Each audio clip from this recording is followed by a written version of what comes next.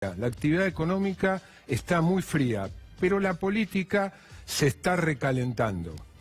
Venimos de un trimestre de recesión, estamos en un trimestre de recesión y todo indica, lo más probable, que el trimestre próximo, el cuarto, también sea un trimestre recesivo con todo lo que ello implica. Al gobierno y al país le esperan datos en las próximas semanas, en los próximos meses, sobre actividad económica, sobre situación social, negativos, uno detrás de otro.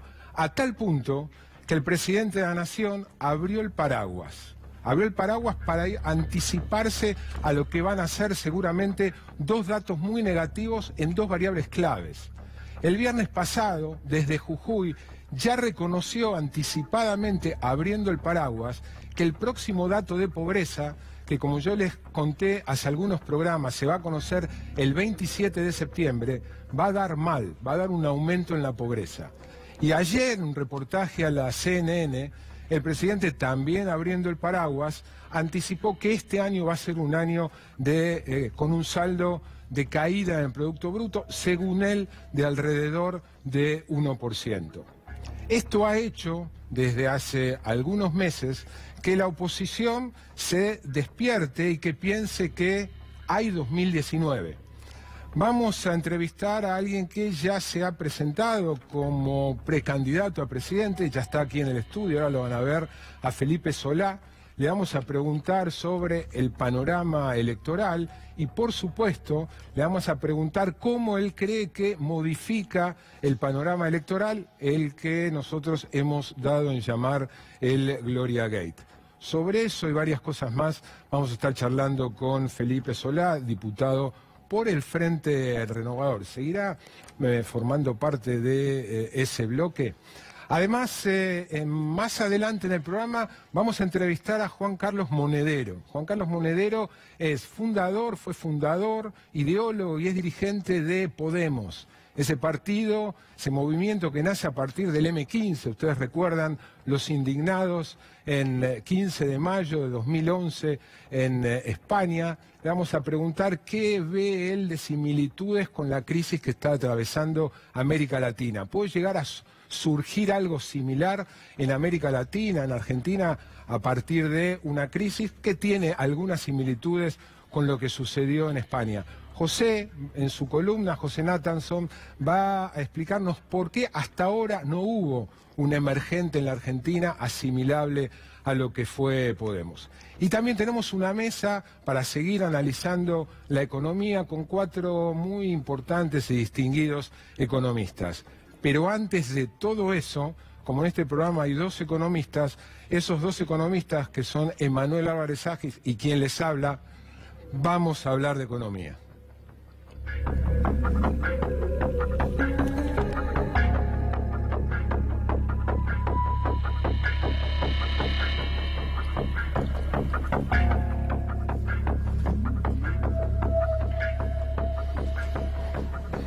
Ahí estaba Macri abriendo el paraguas. Muy buenas noches, Emanuel. Buenas noches, Marcelo. El gobierno, con esto supongo coincidirás, está empecinado, está totalmente jugado, ha apostado todas las fichas al ajuste fiscal. Y a todo lo que viene diciendo, en las últimas horas se sumaron más declaraciones. Los invito a escuchar al presidente, al presidente de la Nación hablando una vez más de ajuste fiscal. Somos un país que tiene un Estado con un fuerte déficit fiscal que requiere de financiamiento internacional. Somos un país que tiene un Estado con un fuerte déficit fiscal que requiere de financiamiento internacional. Eso fue el presidente, a lo que se suma ayer el ministro de Hacienda y Finanzas, Nicolás Dujovne, un reportaje a Clarín. Presten atención a lo que dijo. ¿Qué es lo importante? ¿Qué es lo importante en la Argentina? Dujovne. Ahí vemos en pantalla.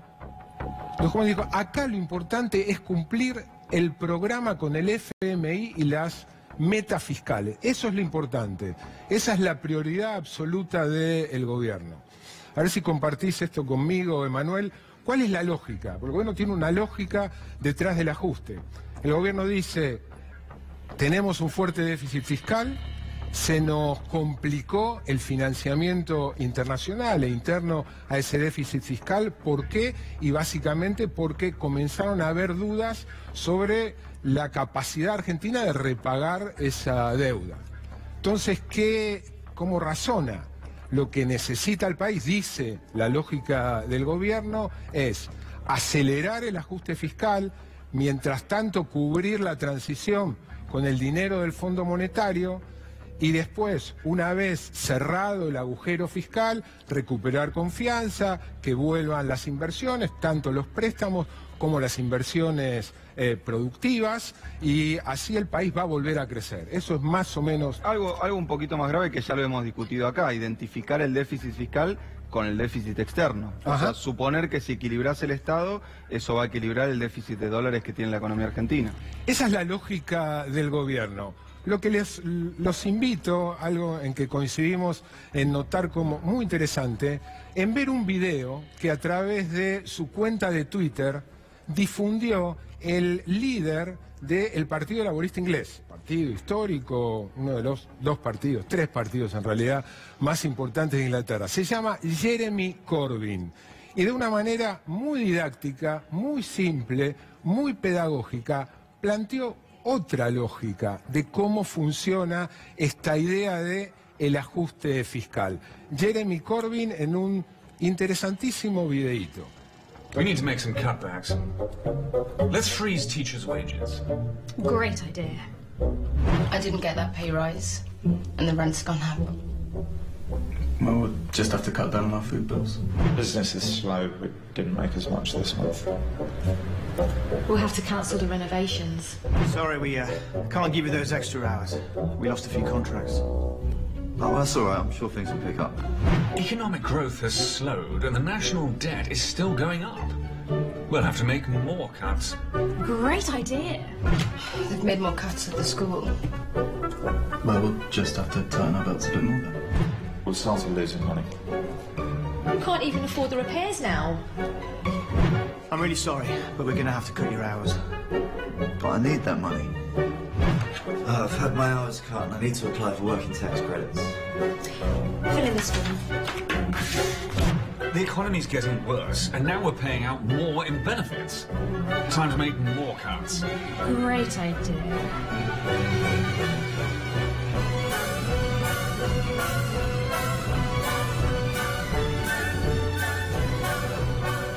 El gobierno plantea la lógica del ajuste como una lógica virtuosa.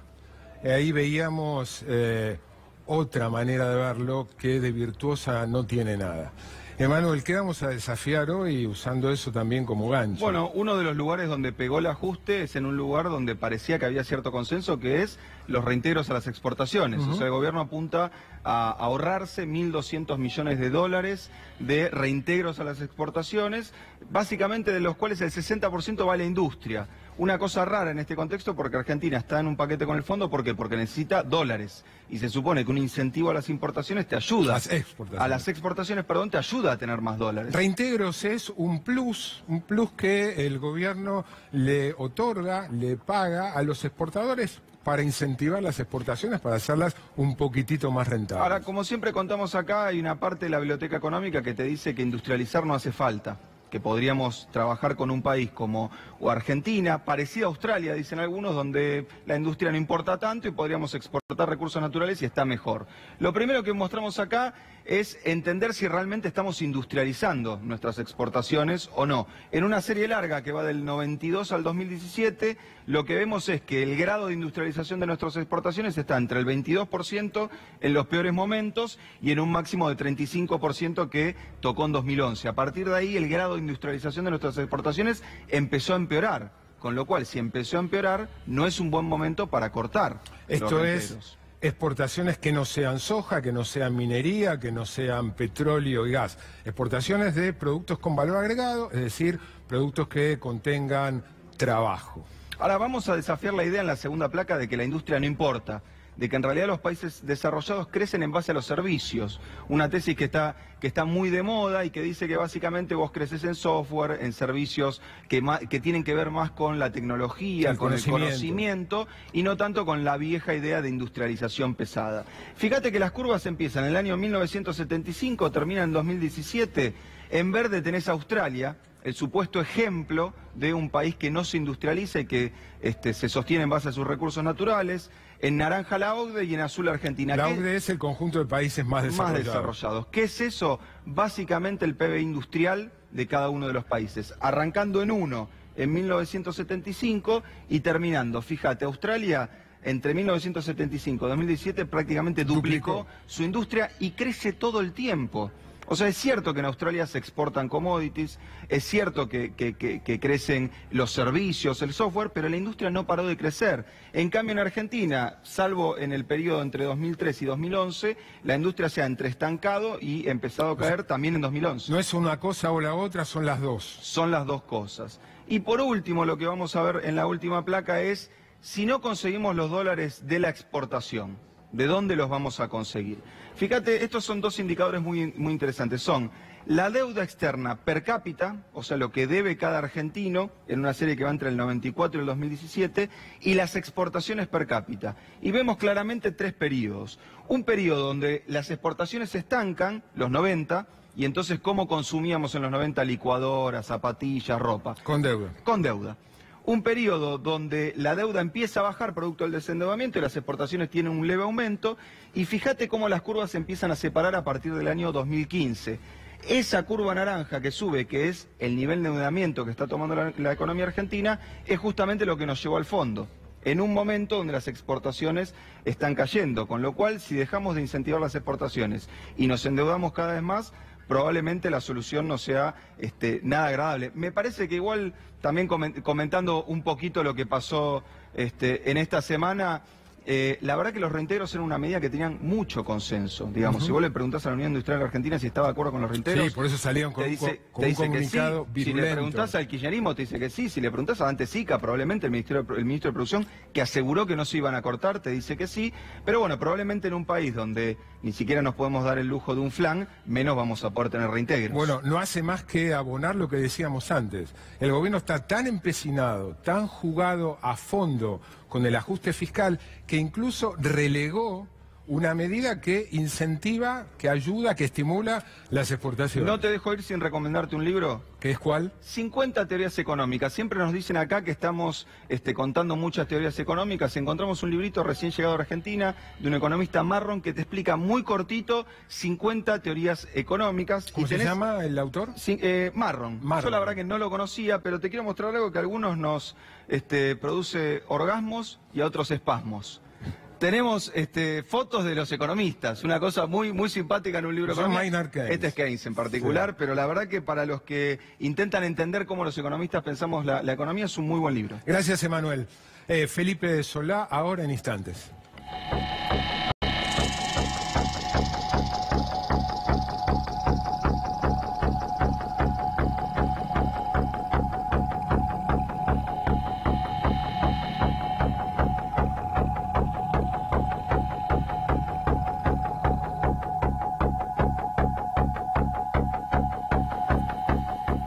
Felipe ya está en carrera, veían ustedes ahí en la pantalla. Gracias por venir, Felipe.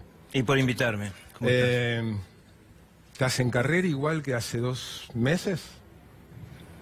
La intensidad es la misma, la atención de la gente me parece que está como un poco detenida en este momento.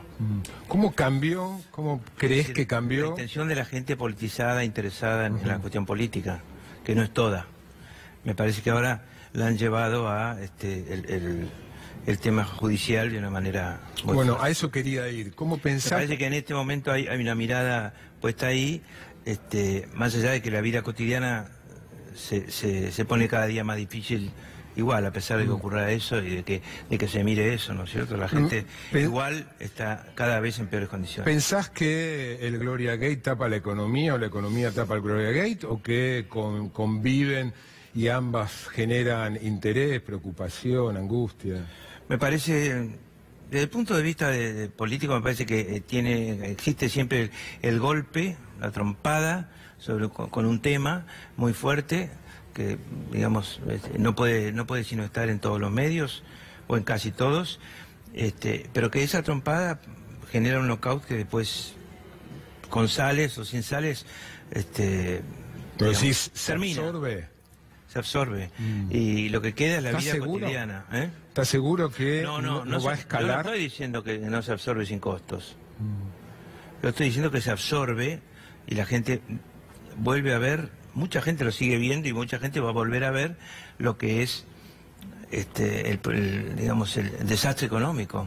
¿Cómo cambia? El desastre económico que tenemos, que se va generando desde hace mucho tiempo y que está en estallido, aunque disimulemos desde mayo en adelante. ¿Cómo pensás que cambia el horizonte, el panorama electoral a partir del Gloria Gate? ¿Qué cambia? No tengo nada claro el tema, Marcelo. No tengo claro cómo cambia porque me parece que falta bastante, faltan un año y en ese año pueden pasar muchas cosas. Lo que sí tengo claro es que no hay ninguna medida del gobierno que invite a pensar que en el año puede haber un renacimiento de la actividad económica, una mejora en la situación del salario, una mínima mejora, aunque sea en la protección del trabajo. Bueno, el año ya está jugado, mostrábamos recién, ¿no? El año va a ser un año negativo. El tercer año de este gobierno va a ser un año negativo, como lo fue el primero, ¿te acordás? Y va a tener una altísima inflación, que no sabemos cuánto va a ser, y además la sensación que hay es que todo lo que se habla poco de economía a propósito, pero lo que se debería hacer es blanquear que las cifras que se juegan de aquí al 10 de diciembre del año que viene, en dólares sobre todo, es decir, de nuestra generación de deuda por déficit y por necesidades de importación, etcétera, no pueden ser cubiertas por el Fondo Monetario. No alcanzan, no es sustentable el programa. El programa no es sustentable y por eso va a haber siempre una presión sobre el dólar permanente y un juego del dólar con la inflación que yo creo que ellos no pueden controlar. ¿Te incomoda hablar de Gloria Gate, de casos de corrupción que están saliendo a la luz? A mí me parece que es imposible no hablar, le incomode o no le incomode a alguien. Vivimos en la Argentina, yo creo que en primer lugar la gente tiende a creer cosas o no a creer otras. Y en términos de la corrupción, la credibilidad es mayor que la incredulidad, ¿no es cierto? Claramente. ¿Y en tu caso? En mi caso, yo creo que sí, que ha habido corrupción histórica y que lo interesante de este caso, que a mí me parece que empezó de una manera muy sospechosa, con los cuadernos, las fotocopias de unos cuadernos que nunca se explicaron muy bien, es la detención de empresarios en vinculación con hombres del Estado, funcionarios, y que los empresarios empiecen a deschavar lo que es un sistema de la obra pública y a lo mejor de algunas otras licitaciones que no son obra pública, sino servicios, concesiones. Pero en la obra pública ha funcionado un sistema interno, y al decir interno quiero decir la trampa del cartel entre ellos, y que perjudica al Estado vía costos. Según el relato de Wagner. Y externo. Con complicidad. Claro, y externo, la coima. Al funcionar. Interno es, jorobamos al Estado porque le subimos el costo mínimo. Nos asociamos todos y nadie puede cotizar menos de tanto. Inclusive le pagamos a algunos para que salgan de la licitación, para que no se presenten, que son parte del club también. Un cártel. Un cártel. Entonces el Estado va a gastar más porque ninguno va a ser más barato. O se acomoda que gane fulano, pero no con digamos, el mínimo de fulano tiene que ser alto. Y el que queda fuera en esta, gana en la siguiente así. Eso es un cártel, un club. Totalmente ilegal. Ahora, además, está la coima. ¿Cómo complica, vos venís, de hecho has dicho en más de una oportunidad, que quien juega a ir al 2019 con dos peronismos, sin el peronismo unido, está jugando a favor de Macri? Así es. ¿Cómo crees que estas revelaciones complican la chance de que haya unidad del panperonismo con el cristinismo adentro? En primer lugar, lo que hay que pensar es que se trata de crear una oposición que pueda gobernar, y que pueda gobernar un país dividido, un país muy dividido. A lo mejor no está muy dividido en las capas más humildes, pero sí está muy dividido en su clase media, está muy dividido en la gente que opina, está muy dividido en la gente politizada. Gobernar un país muy dividido, con una grieta, y que, digamos, donde no hay camino del medio, significa tomar por lo menos un camino de respeto por la situación y en el que puedas establecer puentes, suturar. ¿Qué quiero decir con esto? Yo creo que ni Macri ni Cristina Kirchner podrían, que serían los dos polos, podrían gobernar con apoyo después del 10 de octubre del año que viene. O sea, ¿estás descartando? No, descartando no, es mi opinión. Bueno, yo no descarto a nadie. En tu opinión. Yo no descarto a nadie. Después, porque la política no es como uno quiere, sino como se puede. ¿No es cierto? La política no es justa, bueno, es como se puede. Repito lo que dijiste. Lo que digo es que no creo que no podrían gobernar bien, no podrían. ¿Por qué? Porque hay que imaginar, por ejemplo, un triunfo de Macri, cosa que me parecería a mí muy negativa, que llevaría a una exigencia nueva del votante sobre Macri, que no podría absolutamente, para nada responder positivamente. ¿Por qué? Porque el proyecto es un proyecto de ajuste, que sabemos cómo termina, que sabemos que no sirve, que sabemos que mata la economía, que sabemos que no defiende el trabajo argentino, que es el ordenador principal, lo primero que hay que trabajar. Sabemos lo que ocurriría. La gente le exigiría más y no podría, y entonces habría escándalo. ¿Y en el otro polo? En el otro polo, suponete que ganara Cristina y dijera vamos a poner retenciones. ¿Qué pasaría el día siguiente? ¿Qué pasaría? Habría de nuevo una sublevación, etcétera. Se revivirían viejos tiempos. Ahora, resulta que... ¿Qué digo yo? Que eso es algo que podría ocurrir. También podría ocurrir que gobernara Cristina Kirchner y no tomara esas medidas si no tuviera una actitud diferente. Pero el país está muy pendiente de tratar de matar al otro, ¿no? Ahora, resulta que, según todas las encuestas, los únicos dos que... Hoy por hoy, es cierto que falta un poquito más de un año, o un año para las PASO, los únicos dos que miden hoy, y no hace falta que te explique la importancia de eso, son Macri y Cristina. Bueno, sí, hasta ahora es así, y es el resabio de los 12 años transcurridos de un lado y de estos 2 años y medio, donde chocaron la calecita directamente. ¿Por qué habría de cambiar eso en este año? No, yo no pienso que seguro que cambie. Yo digo que esto podría pasar en Argentina. ¿Y por qué lo digo? Porque primero, a lo mejor un tercero podría gobernar. Pienso que sí. Segundo, si le tocara a uno de ellos, me parece que debería saber sobre qué terreno está pisando, ¿no? Sobre qué terreno está pisando. Y bueno, además yo soy peronista. Y como soy peronista, no quiero que siga Macri, porque me parece que, digamos, el factor que nos unifica básicamente es que no queremos un proyecto económico como este. No queremos una Argentina con este tipo de debilidad y vulnerabilidad. Pero no querés un peronismo con Cristina candidato. ¿Preferirías que fuera... No he dicho eso, no. He dicho, una cosa es que yo diga las dificultades que tendría, los errores que podría cometer, etcétera. Lo mismo que digo de Macri. Yo no digo que me parece que directamente letal, o no tengo palabras definitivas para nada, para el costado peronista, para el lado peronista. Las tengo para el lado de Macri, claramente. ¿Por qué? Porque no hay absolutamente ninguna posibilidad de salida para Argentina en este proyecto. Vuelvo a la pregunta inicial.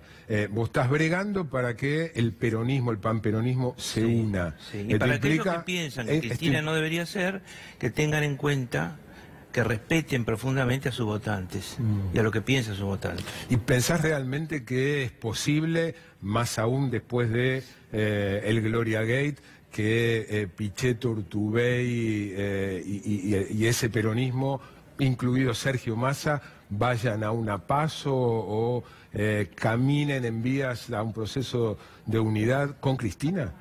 No, no estoy seguro de eso. Me parece que es lo que deberían hacer, buscar la unidad. pero no estoy seguro de que lo vayan a hacer y tengo miedo que sean funcionales digamos, a Cambiemos, ¿no? Te presenté como ya un precandidato, manifestaste tu vocación de ser presidente.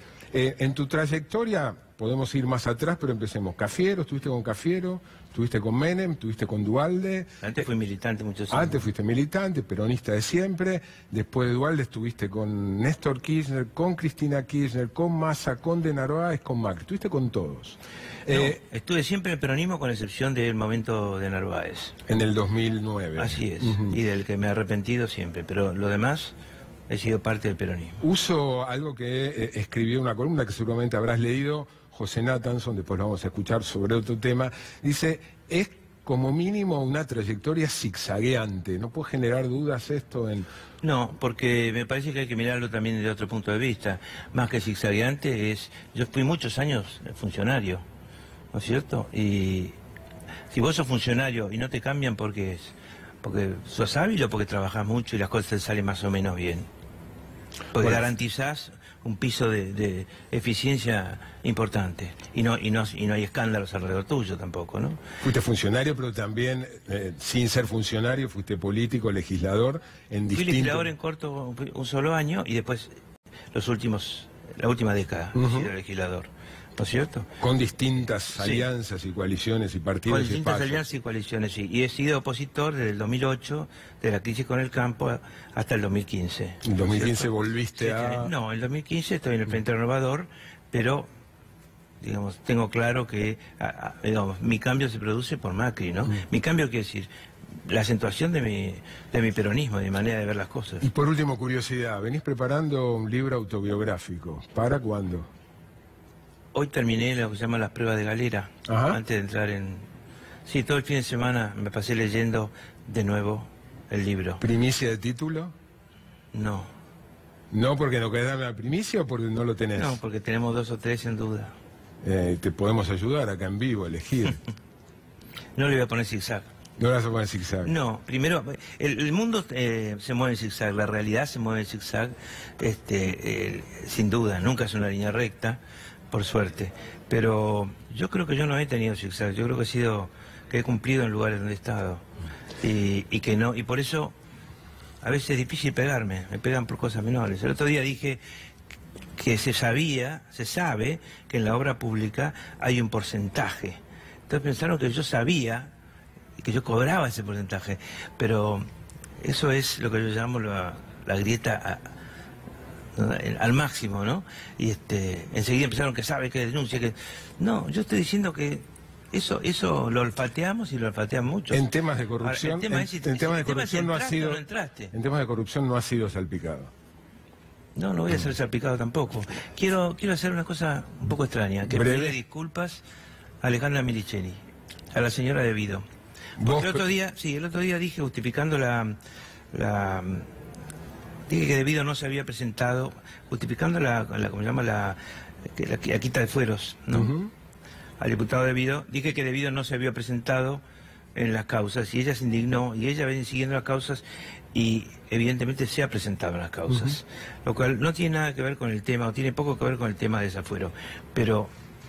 Quería hacer esa aclaración. Sí. Gracias por venir, Felipe. Gracias a vos. Vamos a un brevísimo corte, hay algo que vas a ver en pantalla, para acomodar aquí en la mesa a 4 economistas para seguir viendo lo frío que está la economía y cómo sigue.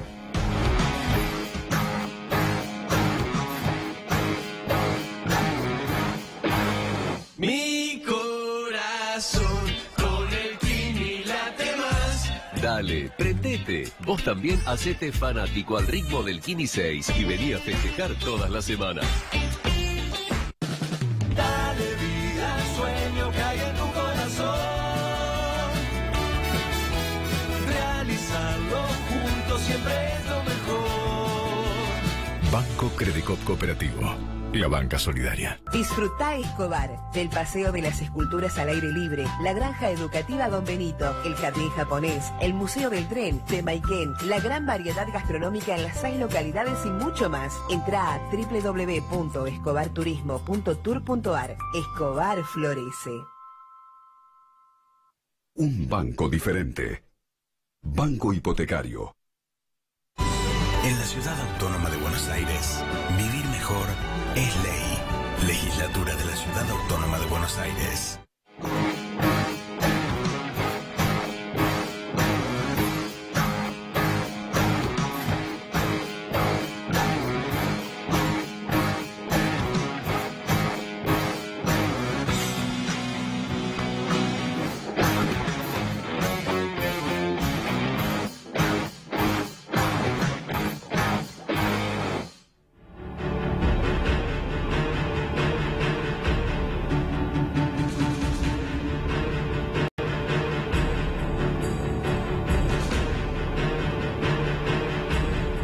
La economía fría como la temperatura hoy aquí en Buenos Aires, y creo que el pronóstico para los próximos días indica más frío aún.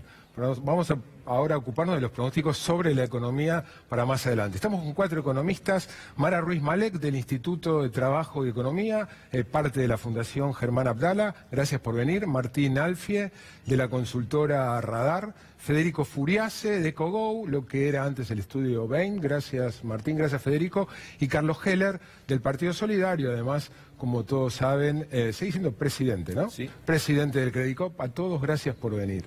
Gracias. Hay planteo como dos extremos, dos posiciones polares. El gobierno que dio por descontado que este va a ser un año recesivo, pero que en 2019 se vuelve a crecer. Y están los que dicen que esto inexorablemente va rumbo a un default sin duda alguna. ¿Por cuál de las dos posiciones o alguna alternativa se juegan ustedes? ¿Quien quiera? Martín. Sí, no, creo que estamos en una situación complicada, claramente. No creo que haya un riesgo de default inminente, pero sí hay una corrida cambiaria que se va espiralizando y que eso va generando que se generen dudas sobre el programa económico y cada vez hay más desconfianza. Lo que refleja eso se ve en el riesgo país. El riesgo país, que es un indicador que muestra la confianza de los mercados en el gobierno, se ve que desde que se firmó el acuerdo con el FMI no paró de subir. Por lo tanto, esa idea de que el FMI iba a generar un shock de confianza y que vuelan los capitales no está pasando. Entonces, lo que yo veo es que la actividad se va a resentir, que va a ser una recesión fuerte, ayudada también, digamos, por el ajuste fiscal que impone el FMI. Entonces, si bien la cuestión del default todavía se ve un poco lejos, sí de una recesión muy fuerte. De los otros test, ¿alguno le da al chance, una probabilidad considerable de que el año que viene la Argentina retome el crecimiento? Mira, nosotros todavía estamos cerrando el escenario para 2018 y no tenemos en claro cuánto va a caer la economía. Estamos trabajando con escenarios de menos 0,8% de caída hasta 2,4% de caída. ¿Hasta 2,4%? Porque los números de los primeros meses fueron muy malos por la cosecha del agro, algo que el Instituto de Trabajo y Economía por ahí no podemos ir tan de cerca, y los datos de inversión y de consumo vienen muy flojos. Así que todavía no cerramos 2018, la inflación tampoco, tenemos proyecciones de inflación en 34, pero con un tipo de cambio que te diría tiende a apreciarse en términos reales para fin de año, es decir, que sin otra cuestión abrupta. 2019 también va a depender de qué tan mal cierre 2018, porque bueno, el año que viene ya sin sequía, quizás con una evaluación menos fuerte, bueno, podría levantar respecto a lo que fue este año. Digo, el crecimiento del año que viene también va a depender de qué tan malo cierre este año. Federico. Hoy la macroeconomía está en un círculo vicioso. El mercado nos bajó el pulgar, eso generó esta recesión porque eso hace que la devaluación acelere la inflación contra el salario. Y la economía real que se resiente complica el frente político del gobierno y eso sigue complicando la percepción de los mercados. Entonces, en ese círculo vicioso la recesión se puede extender. Ahora, para el año que viene, generar crecimiento, la economía va a seguir haciendo el ajuste fiscal. Entonces, la única forma de crecer con ajuste fiscal, más allá que las exportaciones te puedan dar aire, es recuperar la confianza del mercado y no seguir haciendo el otro ajuste, el de la cuenta corriente externa. Ese ajuste forzoso, de los dólares. El de los dólares, que te lleva a devaluar, y cuando eso pasa, la película inflación-salario, el balance queda claramente en favor de la inflación, en detrimento de los salarios. Entonces, la única forma de crecer el año que viene es hacer el ajuste fiscal, recuperar credibilidad en el mercado y no seguir haciendo el ajuste de la cuenta corriente externa, controlar el dólar y que eso permita que el salario se pueda recuperar contra la inflación. ¿Y es un escenario factible? Es un escenario probable? factible. Es un escenario factible, pero todavía no es automático, porque todavía la confianza con los mercados no la recuperamos y estamos en ese círculo vicioso donde la recesión se extiende en el tiempo, complica el frente político y eso vuelve a complicar la credibilidad en el mercado, para un mercado que se pregunta cómo va a ser el gobierno para conseguir los 7.200 millones de dólares aproximadamente en lo que tiene que ver con la brecha de dólares de acá a fin de 2019, aún contando con los dólares del fondo. Y fíjate que estás un gobierno en el peor de los mundos, porque para el mercado no hiciste el ajuste, el gradualismo falló, pero para la sociedad el ajuste tarifario fue de shock contra el bolsillo del consumidor. Caída de salario, caída de jubilación. Entonces estás en el peor de los mundos. Carlos. Pero no veo un default cercano, porque bajando el riesgo país, ese déficit de dólares que te faltan se pueden conseguir. Carlos, sos pesimista. Tengo cara de pesimista, ya me calificaste. A ver. No, te conozco algo. No, está bien. Yo lo que creo es que en realidad el famoso tema de la confianza de los mercados está referido a si el gobierno tiene las condiciones políticas para hacer el ajuste que le están reclamando. Si uno lee con atención lo que ellos mismos dicen, estos días de lo que se está hablando es, en Wall Street, si el gobierno va a conseguir los votos necesarios para aprobar el presupuesto, que es lo que tiene acordado con el Fondo Monetario Internacional, que implica un fuerte recorte del gasto del orden de los 300.000 millones como mínimo, porque creo que hoy ya es más, porque ese es un cálculo hecho a otro tipo de cambio y en la medida en que se ha seguido depreciando, creo que esos 300.000 ya han quedado cortos.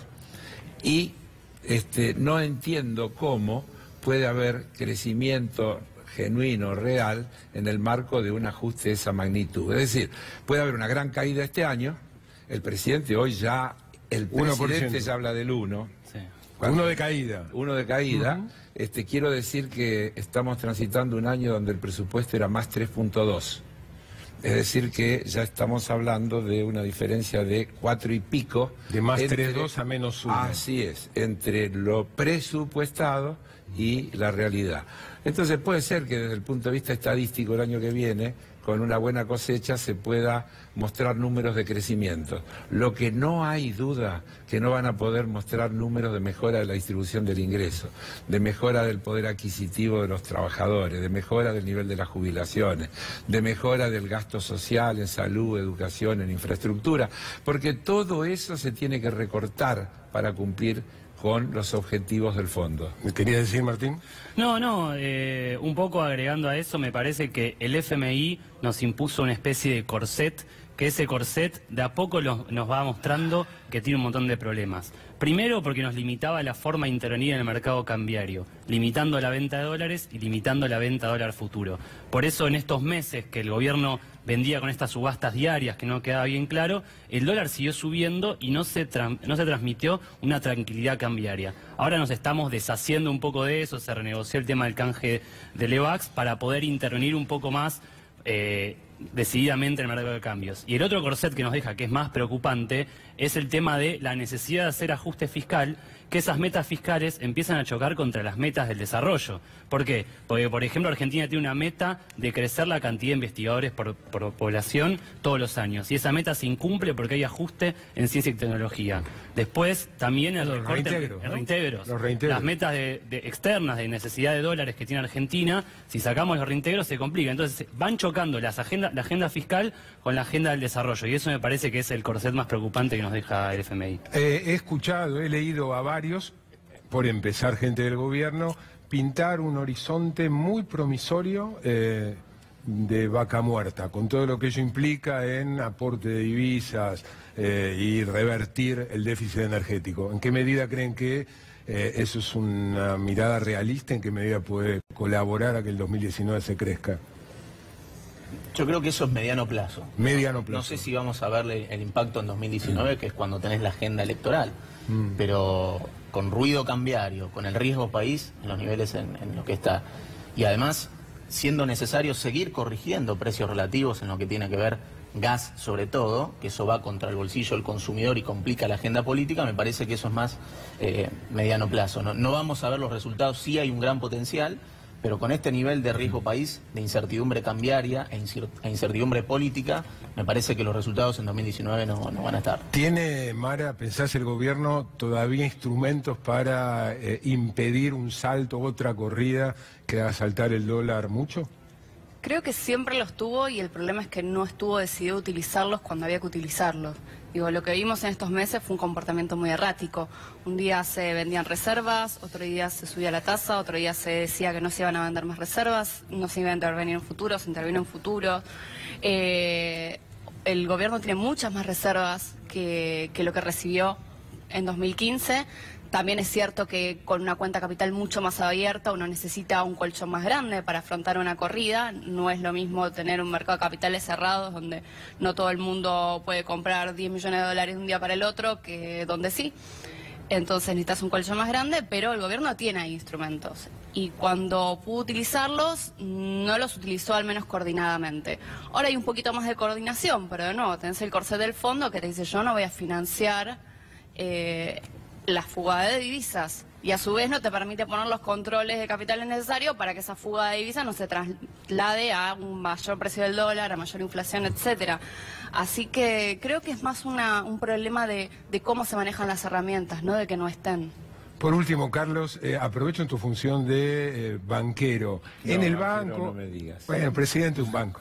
En el banco, el sistema financiero en general, ¿cómo se está reflejando la crisis?